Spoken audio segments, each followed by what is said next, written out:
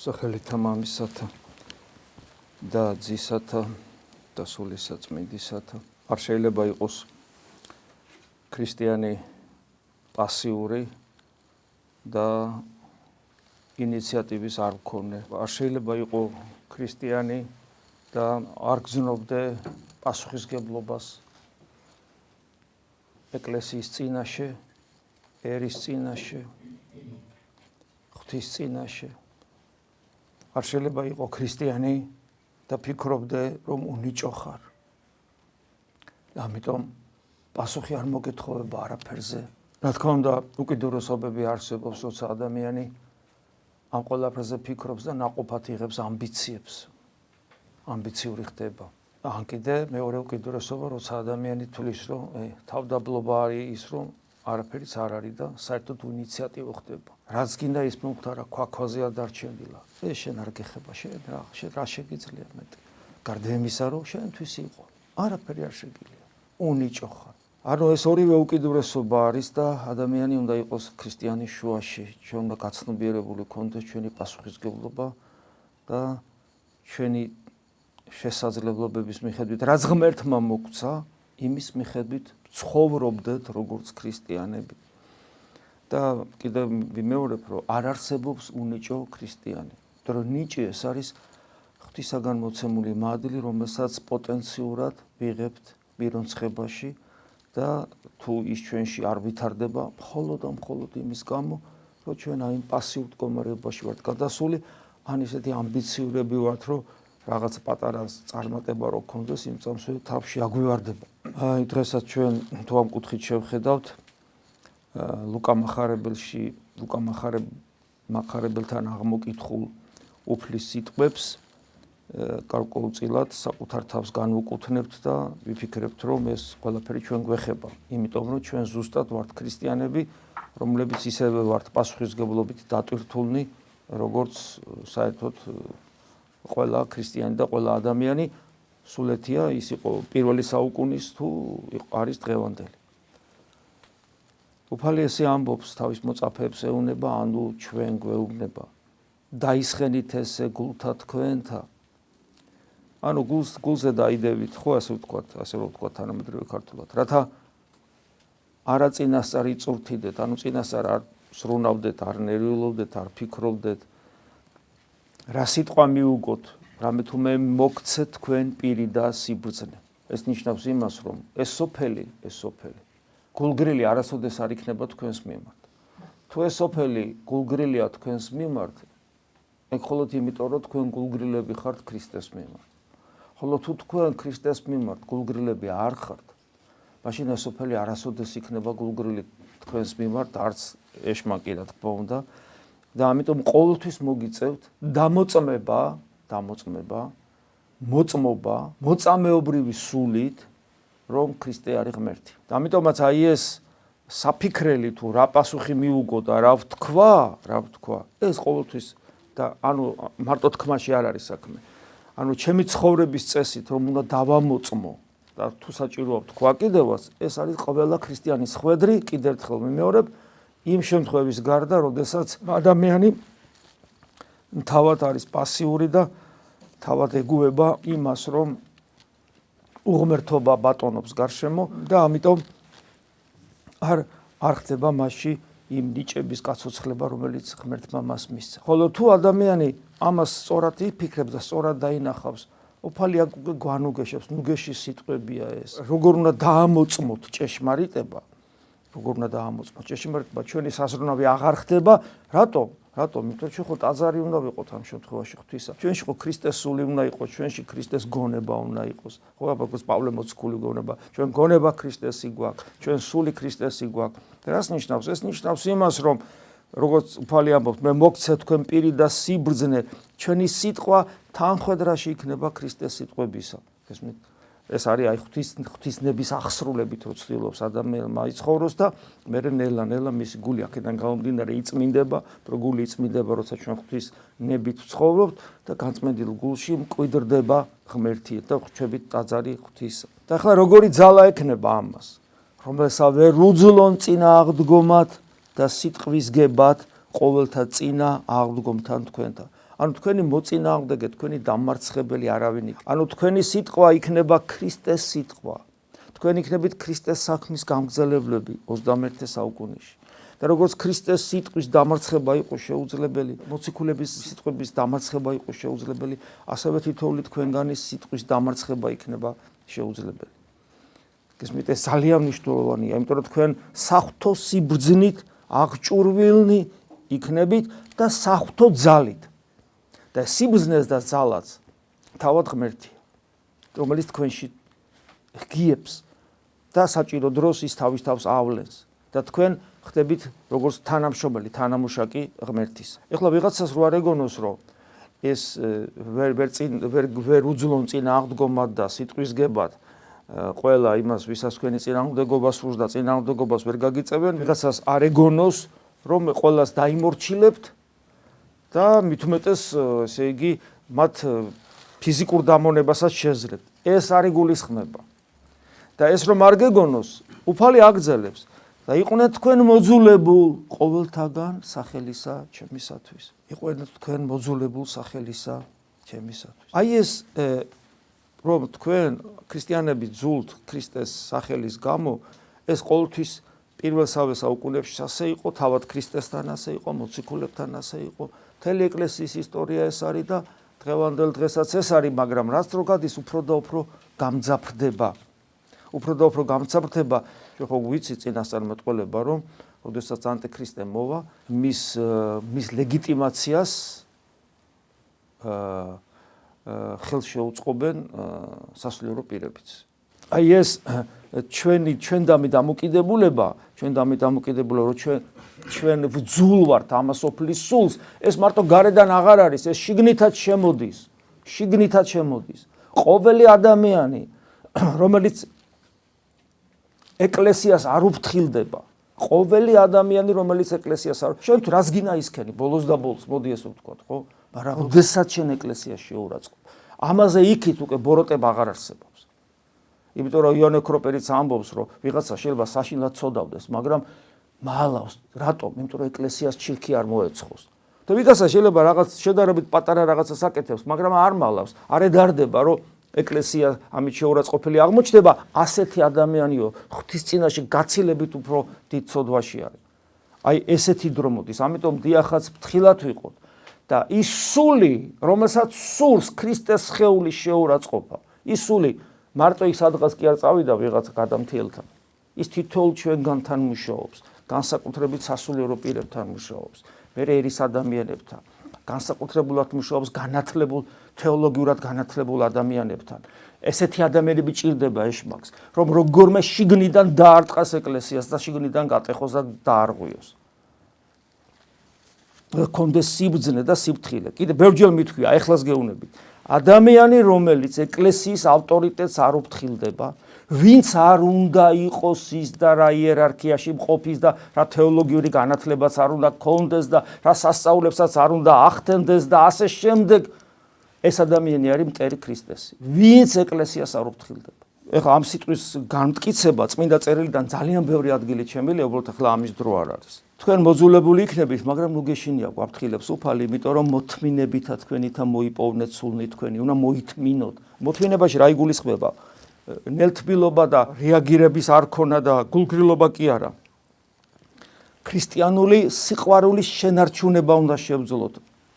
ამ ცოდველების მიმართაც არ უნდა ავყვეთ, არ გავხდეთ აგრესიულები, შევინარჩუნოთ სიმშვიდე, არ გამოვიდეთ წყობიდან, ჩვენ შიგნით ქრისტეს არ უღალატოთ, ეს რთული ხდება, იმიტომ რომ ასეთ დროს, როცა ხედავ ადამიანები აშკარად მტრობენ ყველაზე ძვირფას, რაც ჩვენ გვაქვს ეკლესიას, ადამიანური ემოციები ირთვება, მაგრამ ამის საშუალება ჩვენს ემოციებს არ უნდა მივცეთ, არამედ სიმშვიდით გავაგზავნოთ სულიერი ცხოვრება ქრისტესადმი ერთგულება, ამას ჭირდება მოთმინება და აი სწორედ ამიტომ გვეუბნება უფალი, მოთმინებით და თქვენითა მოიპოვნეთ სულნი თქვენ. ეს ყველაფერი ერთგვარი მისტიკური მხარეა ჩვენი სულიერი ცხოვრების, იმიტომ რომ უფალი გვეუბნება, რომ ნუ ნერვიულობ, თქვენში მე შემოვდივარ და მე ვიქნები თქვენი პირის და თქვენი სიბრძნეს და ყველაფერი მე ვიქნები და ნუ ნერვიულობ. თავარია რომ ერთგული იყოთ ჩემი და დანარჩენს მე გავაკეთებ თქვენში. და თქვენ ცხონდებით. მე ვიქნები, მაგრამ თქვენ გადარჩებით. მაგრამ ამავე დროს ჩვენ გვჭირდება სწორი ნაბიჯების გადადგმაც და თანამუშაკობა ღმერთისგან, რომ აი ის მისტიკური რეალობა, რომელიც ყველა ქრისტიანს უნდა ქონდეს თავის თავში გამოცდილებითად, ეს მისტიკური რეალობა რომ რეალიზდეს, ჩვენი თავი უნდა მოვამზადოთ ამისათვის და აი დღევანდელი 60 ქულო ეს იყო ტიმოთეს მიმართ ეპისტოლე, მეორე ეპისტოლე ტიმოთეს მიმართ, პავლე მოციქულის, აქ პავლე მოციქული გვარიგებს და მოძღვრის ტიმოთეს, როგორც ეპისკოპოს, მისი სულიერი შვილი იყო, რომელიც ეპისკოპოსად დაადგინა, ანუ მღვდელმთავრად, მაგრამ რა თქმა უნდა, ამით ჩვენ თითოეულ ჩვენგანს ასევე პავლე მოციქული მოძღვრის. სიყრმიდანვე იცნობ საღვთო წერილს, ტიმოთეს ეუბნება, ანუ ჩვენ გვეუბნება, ჩვენ ზოგ სიყრმიდანვე თუ არა, ახლა ხომ მაინც ვიცნობთ, ხომ უნდა ვსწავლობდეთ, ხომ უნდა ვკითხულობდეთ საღვთო წერილს, რომელსაც შენი გაბრძნობა ძალუց. ანუ ჩვენ თუ გვინდა გქონდეს სიბრძნე, ჩვენ უნდა გქონდეს მუდმივი კავშირი წმინდა წერილთან, ოღონდ აქ იცოდეთ, რომ წმინდა წერილში მარტო ბიბლია არ იგულისხმება. არც მარტო ახალი აღთქმა. ამაში იგულისხმება ეკლესიის მემკვიდრეობა. ზოგადად რო იცოდეთ, წერილით, აი წმინდა მამათა თხზულებაში წერილს როცა ახსენებენ, წერილში არ იგულისხმება მაინდა-მაინც მარტო წმინდა წერილი, არამედ წმინდა მამათა ის თხზულებები, რომელიც ეკლესიის მიერ შეწყნარებულია, რამე თუ ყოველი წმინდა მამის თხზულება არის განმარტება სახარებისა, ისე როგორც ვთქვათ პავლე მოციქულის წერილები არის განმარტება სახარებისა. ასე რომ ეს არის გაგრძელება წმინდა წერილისა, არ არის ბიბლიის კოდექსი, თქვა ბეცრიული ტერმინი რო გამოვიყენოთ, მაგრამ ეს არის ასევე ჩვენთვის სავალდებულო საკითხავი, წმინდა მამათა მემკვიდრეობა. ამიტომ რო ამბობს იცნობ, აი ესე იგი მე მეუნება, ესე იგი მე უნდა ვიცოდე, რომ მე უნდა ვიცნობდე აუცილებლად წმინდა წერილისაც და წმინდა მამათა ესე იგი მემკვიდრეობასაც. და რატომ მას შეუძლია ჩემი გაბრძნობა, ანუ სიბრძნეში, საღვთო სიბრძნეში შეყვანა, საღვთო სიბრძნით აღსება, რათა მე აგრძელებს, რათა ცხონდე ქრისტე იესოს წმენით. ანუ პავლე მოციქული მახსენებს, რომ მე ვერ ვცხონდები, თუ სიბრძნე არ შემოვა ჩემში და სიბრძნე არ შემოვა ჩემში, თუ მე არ მდიდრდები წერილით, ანუ სახარებითა და წმინდა წერილითა და წმინდა მამათა მემკვიდრეობით. მე აგრძელებს, მთელი წერილი ღვთივსულიერია და სარგო სასწავლად. მთელი წერილი ხა გვიხსნის რატომ არის ასე? იმიტომ რომ წერილი საღვთო მადლი, ანუ ღვთის სიტყვა, ღმერთი მეტყველებს. წმინდა მამათა შემთხვევაში სული წმინდა ღმერთი მეტყველებს, იმიტომ შეუძლია გაბრძნობა ჩემი. ის სარგოა სასწავლად, სარგებლის მომტანია, სამხილებლად. პირველ რიგში საკუთარი თავის, გამოსასწორებლად, პირველ რიგში საკუთარი თავის. სიმართლის შესაგონებლად, პირველ რიგში საკუთარი თავის, კურნალო განიკურნე საკუთარი თავი, როგორ შეიძლება ჩვენი სიტყვა იყოს ღირებული ვიღაცისთვის, თუ მე თავად არა ვარ, ესე იგი, ხილებულის, ნასწავლის, გამოსწორებულის და სიმართლის მატარებელიც და ეს ყველაფერი პავლე მოციქული მახსენებს, მხოლოდ მაშინ იქნება შენში, როდესაც შენ გაქვს კავშირი წმინდა წერილთან. რათა აგზელებს პავლე მოციქული, ღვთისკაცი სრულქმნილი იყოს. ანუ პავლე მოციქული გეუბნება, რომ არ შეიძლება შენ იყო სადღაც სრულქმნილი, ანუ იყავით სრულნი, ვითარცა თქვენი ზეციური მამა სრული, ხო, უფალი რო ამბობს. პავლე მოციქული იგივეს გვახსენებს უფლის სიტყვას. თეოდორე, არ შეიძლება შენ კმაყოფილი იყო იმით, რომ ხო აი ხო როგორღაც შევძელი რა, აი შევძელი, აქამდე მოვედი და რაღაცას ვცდილობ. არა, ეს აბსოლუტურად მიუღებელი მდგომარეობა ადამიანისა. ყოველი ადამიანი, რომელიც კმაყოფილია საკუთარი სულიერი ცხოვრებით. შეიძლება ვიღაცამ თქვას, არა მამა, კმაყოფილი არა ვარ. და რაში გეტყობა, რომ კმაყოფილი არ ახარ? რამეს აკეთებ იმისათვის, რომ ამ სტაგნაციიდან, ამ გაშეშებული მდგომარეობიდან გამოხვიდე? რამეს აკეთებ, რომ გაცოცხლდე? რაში გეტყობა? დამანახე, მაჩვენე. შედეგი დამიდე, გესმით? ხო და ამიტომ ჩვენ ყველანი გაჭედილები ვართ სადღაც და პავლე მოციქულის შესაძლებლობას ამისას არ გვაძლევს სრულქმნილი და თუ ვერ ვახერხებ და იგლოვე ეს მაინც გააკეთე და ჩვენ გვახსოვს რომ ისააკ ასურთან ვკითხულობდით რას აკეთებს მოღვაწე კელიაში, რას აკეთებს განდეგილი მამა კელიაში, რა არის მისი მთავარი საქმე? გლოვარება. ეს არის მისი მთავარი, რატომ გლოვარება? იმიტომ რომ ვერ ვითარდება, ვერ ადამიანის რესურსი არ ყოფნის, მაგრამ აი აქ მგლოვარება რომ არის, იქვე მოდის მე მადლის ვერი ნუგეშინის სემა და ომს ყოველთვის იცოდეთ ძმებოდადებო. ღვთისაგან ნუგეშინის სემა ყოველთვის გამონაკლისის აბსოლუტური გამონაკლისის გარეშე ყოველთვის მოდის დაუმსახურებლად და როგორც კი მას არ დააფასებ რომ ის დაუმსახურებელია და აი წყიბზია რა ოდნავ რაღაცას და ისევ განგეშორება ეგრევე კარგავ და სულ კარგავთ ჩვენ მას სულ ყოველთვის კარგავთ იმიტომ რომ არასდროს არ ვთხილდებით ყოველთვის გვექნება ილუზია აი ღმერთი რომ დაუმსახურებლად გაძლევს იქვე შმაკი გიჩურჩულებს რომ ვა მიდი ეხლა უკვე მყარად ხარ ხო იცი ეს შენთან იქნება არ იქნება სულ შენთანაც ესმით რამხელა სიბძნე უნდა ადამიანს და ვაიკიდე იმას ვისაც აი ეს ამ თემებზე საუბრის დროს აქვს ეს განცდა რომ რაზე ლაპარაკობ საერთოდ არ გვესმის იცოდეთ რომ ხდება ეკლესიის წიაღშიც ეს აქაც ხდება ეს რომ ადამიანებს არ ესმით რაზეა საუბარი და როდემდე შეიძლება რომ ჩემთვის უთქვავთ რომ იცი არ გვესმის რას ამბობს ჩემთვის უთქვავთ რომ იცი რა შენ ლაპარაკობ მაგრამ ხალხი ამას ვერ გაიგებს და როდემდე შეიძლება პიჯურის გამოსვა ხო როგორ უნდა ეგვისწავლოთ თუ იმაზე ვისაუბროთ რამდენი სანთელი უნდა დაანთო და არ დაანთო და პანაშვიდები რომელ დღეებში უნდა გადავიხადოთ როდემდე ვისაუბროთ ამ თემებზე გესმით ხო არის დრო რომ გადავლახოთ რაღაც ბარიერი და წინ წავიდე და თქვენ გონიათ ამას ახ ჩემს სიტყვებს გეუნებით ამას პავლე მოციქული გეუნებათ წმინდა წერილში ზუსტად ამ სიტყვებს გეუნებათ აღარ არის რომ გამოვიდეთ იმ სარწმუნოებრივი საწყისებიდან სწორედ ნათლობის და აი კატეხიზმოს საწყისებიდან აღარ არის რომ გამოვიდეთ აღარ უნდა გადავდგათ ნაბიჯი გესმით აი ამაზეა საუბარი რათა ღვთისკაცის სრულქმნილი იყოს ყოველი კეთდა ნახეთ სრულქმნილება პასიური მდგომარეობა რო არ არის შეიძლება ვიღაცას ეგონოს რომ მე სრულქმნილი ვარ ხა რა რატომაც არა ვარ რას ვეშავებ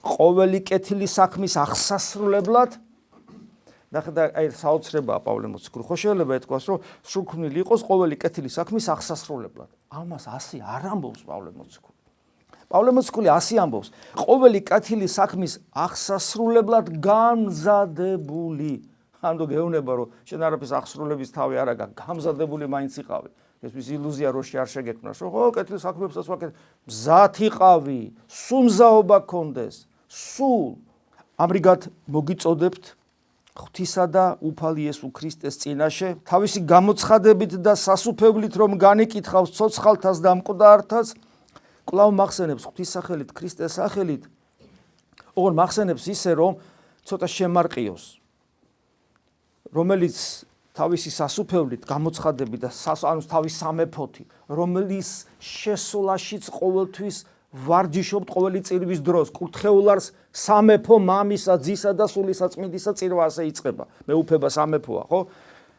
და პასუხისგებლობით შევდიოდეთ უნდა ყოველთვის შიშით გძალვით ყურადღებით იმიტომ რომ აი სწორედ ამით განიკითხავს ცოცხალთას და მკვდართას ანუ ჩვენ გარდაცვლილი ვიქნები არა აქ ამ ღმერთის წინაშე მნიშვნელობა არ აქვს ჩვენ განვიკითხებით ჩვენი დამოკიდებულებით სასუფევლის მიმართ რა დამოკიდებულება გქონდა სასუფევლის მიმართ ანუ უფრო გასაგებად რო გქონდეთ რა დამოკიდებულება გქონდათ წირვის მიმართ ღვთისმსახურების მიმართ რა დამოკიდებულება გქონდათ და პირველ რიგში რა თქმა უნდა აი მევღდელი ვარ საკურთხეველში ვარ გესმით წმინდათაში ვარ დედამიწაზე ყველაზე წმინდა ადგილას ვარ რა დამოკიდებულება მაქვს მაგ გძალვა, მაგ შიში, მეშინია თუ არ მეშინია საკურთხევლის. მეშინია თუ არ მეშინია მსახურების. აი ამით განვიკითხები მე, გესმით? და დამერწმუნდეთ, რომ ჩემს წარსაწმედავად სავსებით საკმარისია, მე თუ არ მეშინია საკურთხეველში რომ ვიმყოფები. იქადაგეს და საქმიანი ეხლა უკვე პირდაპირ ღდულებს ეხება ეს, მაგრამ არა მარტო ღდულებს, იმიტომ რომ ქადაგება არის სიტყვითაც, ქადაგება არის პირველ რიგში ცხოვრების წესითაც. აგზელებს პავლე მოციქული. იქადაგეს სიტყვა თავს ადეკ დროულად და უდროთ. ანუ შენ იმას რომ ქრისტესი რომ ხარ და ქრისტე რომ ღმერთია, ამის დამოწმებას დრო არ აქვს. დილა საღამოა შუადღე არ აქვს მნიშვნელობა. ეს არის ძველ ქართულად ეს ჟამითი უჟამოთ, ესე ამბობს პავლე მოციქული, დროულად უდროოთ. ანუ არა აქვს დრო, ყოველთვის უნდა ამოწმებდე, რომ ქრისტე არის ღმერთი. ამას ნიშნავს იქადაგე სიტყვა, თავს ადექ ჟამითი უჟამოთ და ეხლა ეს უშუალოდ კვლავ სამღვდელოს მიმართავს პირდაპირ, რომ ტიმოთეს ეუნება, მაგრამ თითოეული ჩვენგანი ერის ადამიანი ცხოვრების წესით უნდა ახერხებდეს ამას და რას? ამხილე, შერისხე, შეაგონე მთელი დიდსულოვნები და სწავლები და მოძღვრებით. ანუ მარტო მოფერება არ ხდება აქ, ხილებაც არის და ასე შემდეგ, შერისხვაც, შეგონებაც. მაგრამ შენ ყოველ წამს ფხიზლად იყავი, კვლავ გვარიგებს პავლე მოციქული, ფხიზლად იყავი, ღვიძარე იყავი, ხო მაგას ნიშნავს. დაითმინე ბოროტება. დაითმინე ბოროტება რას ნიშნავს? შენ რო ასე ცხოვრობ, რომ ბოროტება კი არ გაიქცევა, პირიქით უფრო შემოვა და დათმენა ნიშნავს, რომ არ გქონდეს ცდუნება, რომ ბოროტებას ადამიანური შესაძლებლობებით დაუპირისპირდე. ადამიანური ფსიქოსომატიკით დაუპირისპირდე, იმიტომ როგორც კი ბოროტებას შენ უპირისპირდები და ყველაზე საშინელება, არ დაუპირისპირდე ბოროტებას შენი სიმართლით. როგორც კი შენ შენი სიმართლით ბოროტებას დაუპირისპირდები, შენს ბოროტი ხდები. იმიტომ რომ ზუსტად იგივე მეთოდებს იღებს. ეგ უნდა ეშმაკს. რომ აი ზუსტად იგივე მეთოდებით დაუპირისპირდე, როგორი მეთოდებითაც იქიდან მოდის შემოტევა. რომ ისეთი გახდე ზუსტად, რომ დაემსგავსო იმას, ვინ შენ გინტევს, ვინ შენ შეურაცხყოფს, ვინ შენ ბოროტებას გიკეთებს. ამიტომ გეუბნება დაითმინე ბოროტება და აკეთე მახარებლის საქმე, ანუ ქრისტეს საქმე გააგრძელე. ქრისტეს საქმე გააგრძელე და კეთილად აღასრულე შენი მსახურება. კი არ აღასრულე, არამედ კეთილად აღასრულე. არა როგორც დაქირავებულმა, არამედ როგორც უფლის მოყვარულმა. ესე აღასრულე შენი მსახურება. აი ესე გმოძღვრეს პავლე მოციქული პირველ რიგში ვფიქრობ, ეს უშუალო სიტყვა პირდაპირ გაგებით ჩვენ გვეკუთვნის სასულიერო პირებს, მაგრამ რა თქმა უნდა, რადგან თითოეული თქვენგანი სამეფო და სამღვდელო დასია, როგორც წმინდა წერილივე გვასწავლის, აქედან გამომდინარე ჩვენ თითოეულ ჩვენგანს ეკუთვნის ეს და კიდევ ერთხელ გვეხმარება რომ მობილიზება გავუკეთოთ საკუთარ თავს და კიდევ ერთხელ გავიაზროთ ვინა ვართ ჩვენ როგორც ქრისტიანები, რა გვწამს და რა ვალდებულების წინაშე ვდგავართ, ხიზგებლობის წინაშე ვდგავართ ჩვენ ქრისტიანები ღვთის წინაშე. შეგვეწიოს უფალი ამენ მადლი უფლისა ჩვენისა იესო ქრისტესი და სიყვარული ღვთისა და მამისა და ზიარება სული საწმინდისა იყოს თქვენ ყოველთა თანა. ამინ.